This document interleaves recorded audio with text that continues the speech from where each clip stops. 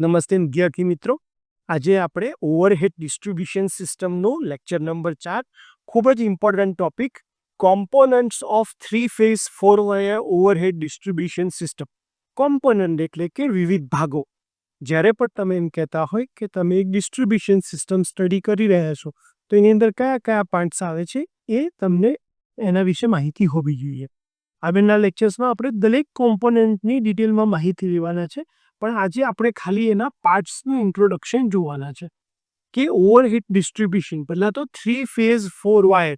તો કે three phase કયા કયા? તો કે તમારો આર ફેઝ, વાય ફેઝ અને B phase. R phase, Y phase અને બી ફેઝ. સોરી, અહીંયા લખી દઈએ આર, આ વાય ફેઝ, આ બી ફેઝ. 4 વાયર. તો ચોથો વાયર કયો છે? તમારો ન્યુટ્રલ છે. કારણ કે આપણે જે ડિસ્ટ્રીબ્યુશન કરીએ છીએ સેકન્ડરીમાં એ સ્ટાર વાઇન્ડિંગ વાળું કનેક્શન પ્રિફર કરીએ છીએ અને સ્ટારમાં 4 વાયર હોય છે, એટલે એનું નામ પડ્યું છે three phase four wire distribution system. સૌથી પહેલાં તો આપણે દરેક કોમ્પોનન્ટને એક કરીને જોઈએ. સૌથી પહેલાં અહીંયા આખું જે તમને દેખાય છે આ છે આપણો પોલ. પોલ એટલે કે વીજનો થાંભલો. પોલની ઉપર તમે સપોર્ટ આપેલા હોય છે જેને ક્રોસ આર્મ તરીકે ઓળખાય છે. કેવા આર્મ? Cross arm. એટલે કે જો તમારો થાંભલો છે એની ઉપર આ રીતે આના જે પોર્શન છે એને આપણે ક્રોસ આર્મ કહીએ છીએ અને ક્રોસ આર્મ પર એના છેડા ઉપર આપણે ઇન્સ્યુલેટર લગાવેલા હોય છે જેમાંથી વાયર જતો હોય છે. હવે સૌથી પહેલો વાયર આપણે કયો સ્ટડી કરીશું? તો સૌથી ટોપ ઉપર ટોચમાં તમારો જે ઓવરહેડ પોલ છે એની ટોચમાં આપણે અર્થ વાયર ફ્લો કરાવતા હોઈએ છીએ. કયો વાયર ફ્લો કરાવતા હોઈએ છીએ? અર્થ વાયર. એટલે કે જો વીજળી પડે, લાઇટનિંગ પડે તો એ અર્થ વાયર થ્રુ થઈ પોલ ઉપર થઈ અને અર્થમાં જતી રહે અને તમારે કોમ્પોનન્ટને બીજાને કોઈ નુકસાન કરે નહીં. એટલે સૌથી પહેલો વાયર આપણો આવશે અર્થ ઉપર.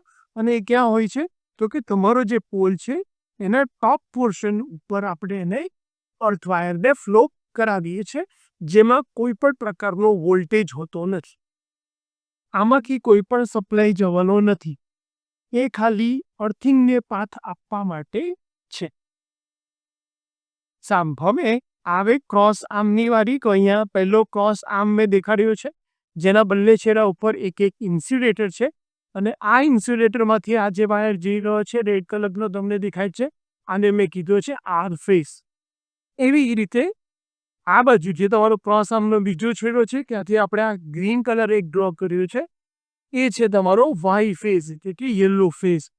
જનરલી કંડક્ટર્સ જે છે એ એલ્યુમિનિયમના છે અને એની ઉપર કોઈ પણ પ્રકારનું તમે કલર કોડ ડિસ્ટ્રીબ્યુશનમાં ઓવરહેડમાં યુઝ નથી કરતા, કારણ કે એની ઉપર ઇન્સ્યુલેશન નથી લગાડતા. હવા પોતે ઇન્સ્યુલેટિંગ મટીરિયલ છે અને એટલા માટે આપણો ઇન્સ્યુલેશનનો ખર્ચો બચી જાય છે જ્યારે આપણે ઓવરહેડ લાઇન વાપરીએ છીએ ત્યારે.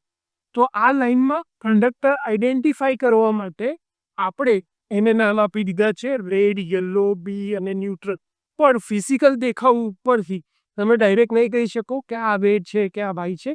એ એના પોલ માઉન્ટેડ ટ્રાન્સફોર્મર સાથેના કનેક્શન ઉપરથી આપણે ડિસાઇડ કરી શકશું કે આ આર છે, આ વાય છે, આ બી છે. એવી જ રીતે બીજો જે ક્રોસ આર્મ છે એની ઉપર બે ઇન્સ્યુલેટર રાખ્યા છે. એકમાંથી તમારો બી ફેઝ જઈ રહ્યો છે અને છેલ્લે સૌથી નીચે જે છે એ તમારો ન્યુટ્રલ વાયર જઈ રહ્યો છે. તો સૌથી પહેલા જે કોમ્પોનન્ટ આવે એ તમારો આવ્યો પોલ અને એના પછીના 4 વાયર છે. હવે આ 4 વાયર જે છે એને ટેલિકોમ્યુનિકેશનની ટાઈમથી કે બીજા કોઈ વાયરના સંપર્કમાં ના આવે એટલા માટે આપણે ગાર્ડ વાયર પ્રોવાઈડ કરીએ છીએ અને ગાર્ડ વાયર તમારા 4 વાયરને બીજી ટેલિકોમ્યુનિકેશન લાઈન કે બીજી કોઈ લાઈન પરથી પડતા બચાવે છે, એની સાથે કલેક્શન થતા અટકાવે છે. તો પહેલો કોમ્પોનન્ટ આવ્યો આપણો પોલ, બીજો કોમ્પોનન્ટ આવ્યો આપણા વાયર્સ, ત્રીજો કોમ્પોનન્ટ થયો આપણો ગાર્ડ વાયર, ચોથું કોમ્પોનન્ટ થયા આપણા ઇન્સ્યુલેટર્સ કે જે આપણે આ ક્રોસ આર્મ પર રાખ્યા છે. પાંચમો કોમ્પોનન્ટ અહીંયા આપણે જોડે જોડે જો લખતા જઈએ તો પહેલો થશે પોલ, બીજો થશે વાયર, ત્રીજો થશે ગાર્ડ વાયર, ચોથો થશે ક્રોસ આર્મ પાંચમો કોમ્પોનન્ટ થશે તમારા ઇન્સ્યુલેટર. હવે જ્યારે પણ તમારા ડિસ્ટ્રીબ્યુશન તમારા જે પોલ્સ છે એમાં 90 ડિગ્રીનો એંગલ પડતો હોય અથવા તમારો પોલ ખૂણા ઉપર હોય, સૌથી છેલ્લો પોલ હોય, તો એના ઉપર આખી લાઈનનું પ્રેશર બને. ધારો કે આ પોલ અહીંયા સૌથી છેલ્લે છે, ખૂણા પર છે, તો આ પોલ આમ જવાની શક્યતા વધારે છે. તો એને અટકાવવા માટે આપણે આ બાજુ ટેન્શન આપવું પડે, એટલે કે એક વાયર લઈ અને જમીન સાથે બાંધી રાખવો પડે, જેથી આ વાયર જે છેલ્લો એન્ડ પોલ છે એ તમારો આમ પડી ના જાય, એનું બેલેન્સ જતું ના રહે. એટલા માટે આપણે અહીંયા એક વાયર સાથે કનેક્ટ કરી અને એને જમીન સાથે બાંધી દઈએ છીએ, જેને કહેવાય છે સ્ટે વાયર.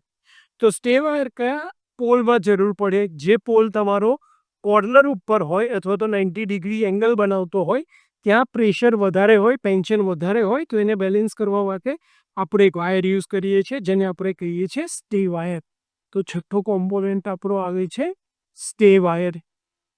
સ્ટે વાયર તમે આ જે તમારો પોલ છે એને વચ્ચેની સાઈડથી લેતા હોય છો અને કનેક્ટ કરતા હોય છો જમીન સાથે. બીજો પણ એક વાયર કહેવાય છે ગાય વાયર, GUY. ગાય વાયર. ગાય વાયર જનરલી ટ્રાન્સમિશન ટાવરની અંદર જ્યારે તમારે આ રીતે જે ટાવર ઉપર વધારે પ્રેશર પડતું હોય એને બેલેન્સ આપવા માટે, એને સ્ટેબિલિટી આપવા માટે જે યુઝ કરતા હોય છે એને કહેવાય છે ગાયર વાયર. અહીંયા ડિસ્ટ્રીબ્યુશન સિસ્ટમની અંદર આપણે યુઝ કરીએ છીએ સ્ટે વાયર, જે પોલને જમીન સાથે જોડીને રાખે છે. સાતમી વસ્તુ આપણી આવે છે anti climbing device. Anti climbing device કે જેનું કામ શું હોય છે? તો કે એન્ટી ક્લાઇમ્બિંગ ડિવાઇસનું કામ કોઈ પણ માણસ અથવા પંખી તો ઉડીને પણ જઈ શકે, માણસ અને પશુને પોલ ઉપર ચડતા અટકાવવા માટે યુઝ થાય છે. જનરલી એ જમીનથી 2.5 મીટરના ડિસ્ટન્સ ઉપર હોય છે અને 1 મીટર સુધી 2.5 મીટરના ડિસ્ટન્સથી 1 મીટર સુધી આપણે પોલ ઉપર કાંટાળો તાર વીંટીએ છીએ, જેથી કરીને કોઈ માણસ કે પશુ આના ઉપર ચડી ના શકે. આઠમી ડિવાઇસ આવે છે આપણી ડેન્જરનું પ્લેટ. તો ડેન્જર પ્લેટ પણ જમીનથી 2.5 મીટરના ડિસ્ટન્સ ઉપર હોય છે. એના ઉપર આ રીતે ક્રોસનું અને ડેન્જર લખેલું સાઇન બોર્ડ હોય છે અને જે તમે પોલ ઉપર મૂકો છો. નવમી વસ્તુ છે તમારી અર્થ પ્લેટ, કે જેનાથી તમે પોલ જે છે એનું અર્થિંગ કરો છો. તો દર 3 કે 4 પોલ પર અર્થિંગ કરવું જરૂરી હોય છે. એટલા માટે પોલનું અર્થિંગ તમે જ્યાં કરો છો એ પોઈન્ટ છે તમારો અર્થ પોઈન્ટ. તો આપણે બધા જ જે કોમ્પોનન્ટ હતા 3 ફેઝ 4 વાયરના ઓવરહેડ ડિસ્ટ્રીબ્યુશન સિસ્ટમના એ જોઈ લીધા છે, અને હવે પછી આપણે એક એક કરીને બધા જ જે કોમ્પોનન્ટ છે એને સમજીશું. તો તમને હોપફુલી કયા કોમ્પોનન્ટ્સ એના માટે યુઝ થાય છે એના વિશે ખ્યાલ આવી ગયો હશે. Thank you.